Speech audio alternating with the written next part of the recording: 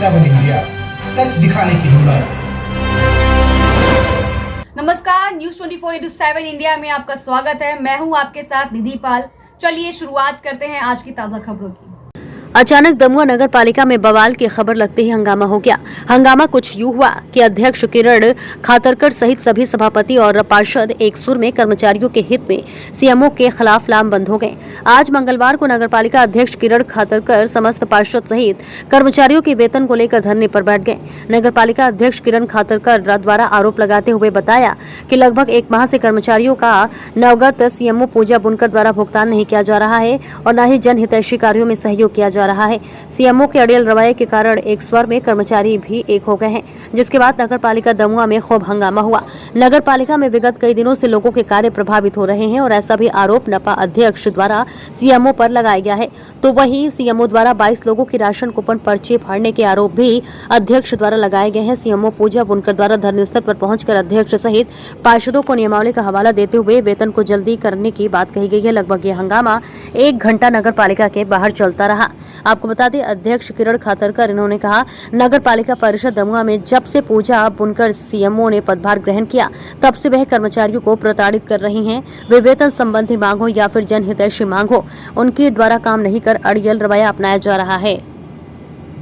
इसी के साथ उन्होंने कहा कि मेरे द्वारा ज्वाइन करने के बाद से ही नगर पालिका में काम को लेकर सजगता दिखाई जा रही है। मैंने कर्मचारी का वेतन नहीं रोका है। 2 दिन पूर्व ही डीएससी हुई है, जल्द वेतन किया जाएगा। रामराव झरबड़े की देखिए खास रिपोर्ट।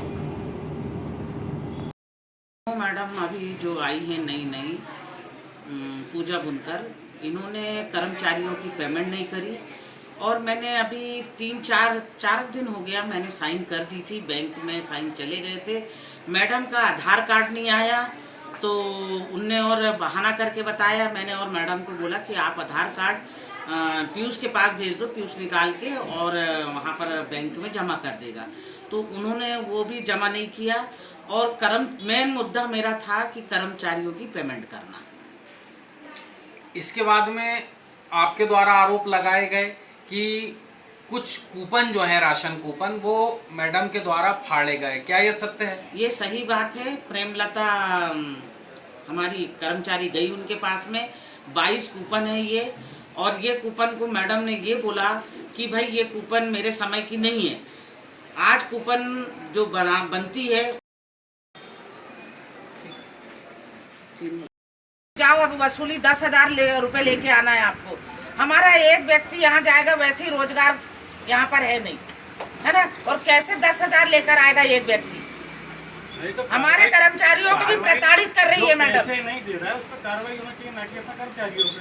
और मैंने प्रभारी को भी बोला कि जो प्रभारी है वो भी तो जाए, जिनके ऊपर 20,000 25,000 है। आप क्या करोगे नगर पालिका में बैठकर? अगर आप संतुष्ट हो गए तो मुझे जाने की अनुमति दे दीजिए। काम है सब देखना। टीम तो आप लोगों की लगती है ना, आप लोगों की लगती है, आप लोगों की भी जिम्मेदारी लगती है, नहीं लगेगी अपना प्रभारी की लगती है। चेयर ला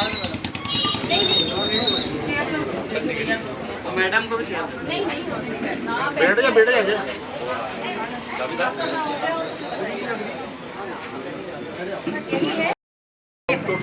वो आउटसोर्स या संविदा या अन्य मस्टर्ड, ये कभी कभी छोटे छोटे कर्मचारी की जरूरत पड़ती है मस्टर्ड से। मैंने यही चीज़ अध्यक्ष जी, माननीय जितने सम्मानित पार्षद हमारे यहाँ बैठे हुए हैं, हम सारे लोगों को ये 6 बार में अवगत करा चुकी हूँ। बोल दीजिए, यदि कल परसों ही अवगत कराया था मैंने। इंजीनियर साहब अपन लोग चाहिए, मतलब फिर उनको सारे विषय पे होने चाहिए। अध्यक्ष जी ने जो मुझे बोला कि मैं एक दिन ज्वाइन करने आई थी, सेकेंड डे में आई नहीं, ये सरासर गलत है। सीसीटीवी की रिकॉर्डिंग मुझे लगता निकल जाएगी। मैं आई थी, शाम को 7 बजे तक थी।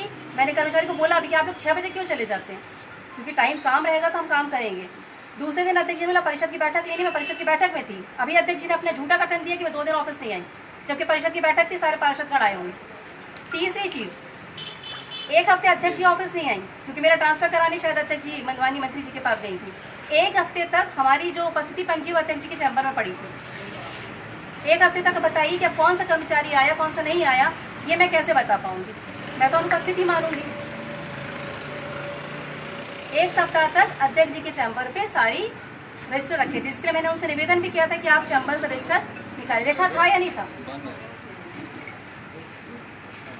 मैडम को गलत फहमी हो रही है। ध्रुवे मैडम को जब भार मिला था, जब से स्थायी सीटों के लिए लाने के लिए मैं भोपाल में 2-3 जगह लेटर, मैडम को लग रहा है कि मेरे आने के बाद में आप अमरवाड़ा गए और अमरवाड़ा में आपने CM साहब अध्यक्ष जी, जिस दिन आप ऐसा पानी नहीं, मंत्री क्या बैठी थी, पहले से चल रहा है।